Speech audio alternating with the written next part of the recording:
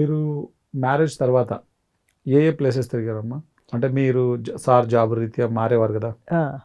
First మేము marriage అయిన తర్వాత కలకత్తా వెళ్ళాము. వెస్ట్ బెంగాల్. రూప్నారాయణపూర్, చిత్తరంజన్ అక్కడ ఉండేవాళ్ళము. అక్కడ ఉన్నాము 2 years. తర్వాత కలకత్తాలో ఉన్నాము. తర్వాత బాంబే నుంచి ఢిల్లీ.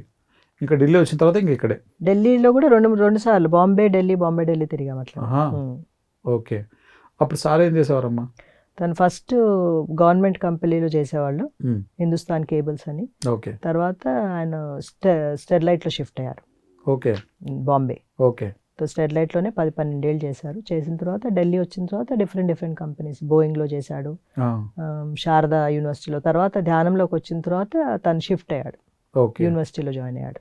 సో దట్ తనకి టైం ఎక్కువ దొరుకుతుందని ప్రచారానికి.